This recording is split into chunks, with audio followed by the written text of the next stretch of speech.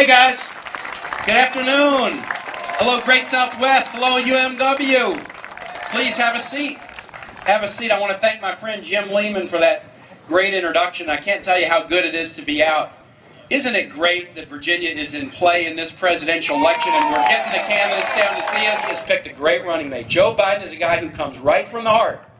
Right from the heart. He's never let the Washington, guys beat out the American values that he brought to the office, and you're going to hear that when he talks today. No one knows foreign policy better than Senator Joe Biden. No one understands the needs of working Americans better than Senator Joe Biden.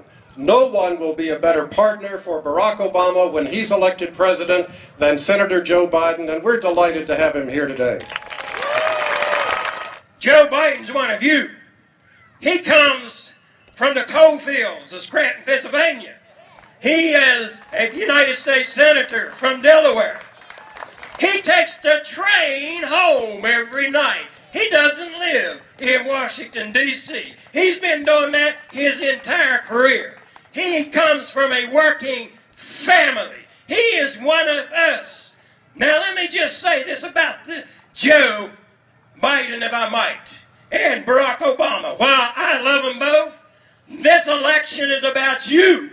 It's not about John McCain, and it's not about Sarah Palin. It's about you. If you care about Social Security, if you got a Social Security card in your pocket, by a show of hands, how many got a Social Security in your pocket? How many want to have a Social Security card in your pocket?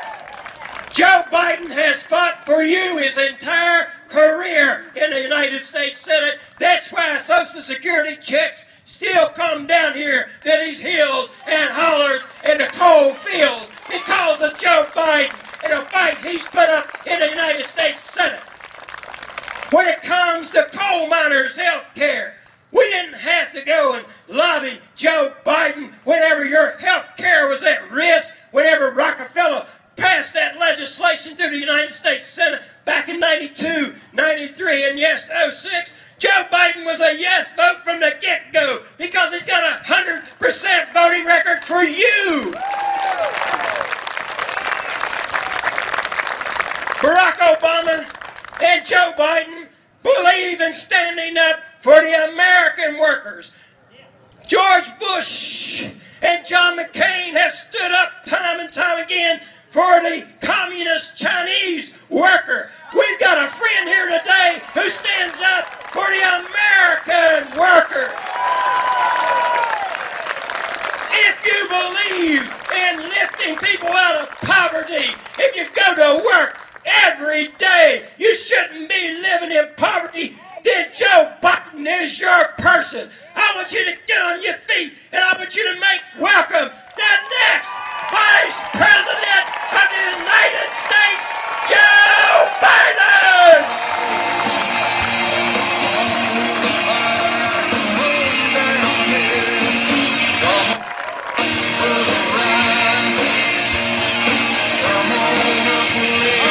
All right.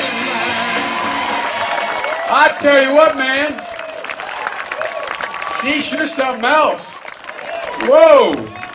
It's kind of basic. You have, when Rick Boucher stood up, he said, I'm going to talk about coal. I was back there going, surprise, surprise. I've never heard Rick talk about anything but coal. Have you? I think he's got coal dust in his veins. I know he's got coal dust in his heart. And I know he's got coal dust in everybody else up home when we talk about what's going on. There's a guy who just is relentless. Absolutely, positively relentless, fighting for his district. I've never seen anybody fight that hard. I really mean it. Think about it. Think about it. Finally, pray God, as my grandfather would say, with the grace of God, the goodwill of the neighbors, and the creek not rising. Pray God, coal may be making a comeback. But when coal was at the bottom of the heap, when no one was willing to talk about it, for the last 20 years, Rick Boucher stood up on the floor of the United States Congress every single solitary day and stuck up for you. When you're on strike, he stuck up for you. When you're finally, we had one hard, you-know-what, vet come to the United States Senate. You sent him. His name is Jim Webb. Jim Webb. Let me tell you about Jim Webb. While the Republicans were talking about how much they loved our military and our nation at war, it's not the nation at war. It's our army at war. It's our military at war. Only people making any sacrifices are the families of those being sent. And the idea that just repelled Jim when folks were coming home, you saw that scene at Walter Reed. You found out how we weren't. It took me almost 10 months to get people to stop having our kids ride around in those up-armored Humvees because 72% of the deaths were caused in those Humvees. And so what did we do? We spent $20 billion and built these MRAPs. You know who the guy that helped me get them built? Jim Webb. Jim Webb. Jim Webb. And I want to tell you something. Deaths have dropped off precipitously. We know how to build these things early on. We didn't build them. We didn't build them. I love Rumsfeld. He said, you go with what you got. Give me a break, go with what you got. You give what you can, not go with what you got. And so I'm kind of sick and tired of Republicans talking to me about how much they love the military. I don't doubt their patriotism. But my dad, I'm going to repeat this again, my dad used to say, don't tell me what you value, show me your budget, and I will tell you what you value. Don't tell me you value the military and then not spend money on protecting them. Don't tell me you value these guys when they come home and not take care of them when you come home. So you know what Jim Webb did? Jim Webb rewrote. He wrote a new GI Bill. A new GI Bill that the President of the United States of America at first was opposed to. And my friend John McCain, who is a hero. This guy's been my friend since 4 years before he even ran for Congress. He was the Navy liaison. I was in charge of the Soviet Union and Eastern Europe. And every trip I took, John McCain was the guy that staffed me. John used to kid and say he carried my bags. He never carried my bags. He was supposed to, but he never did.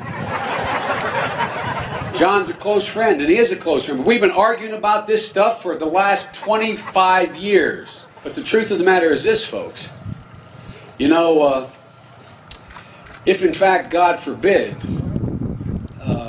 something happens to any one of our sons, if your son or daughter is National Guard or Reserve, and by the way, over 6,000 National Guard folks have been wounded. Just in Iraq, over 700 some have been killed. This ain't your father's National Guard, guys. This is a different deal. This is a different deal. Guess what? A National Guard, and how many of you know somebody in the National Guard? Well, guess what? When they come home, they don't get the same benefits. They put their life on the line in the same place. They did the exact same thing that the regular military standing next to them did. They got shot at and shot back, but they don't get that GI Bill. They don't get the same benefits on the grounds that it is too expensive. Ladies and gentlemen, it's about time we get our priorities a little straight. It's about time we get our priorities straight.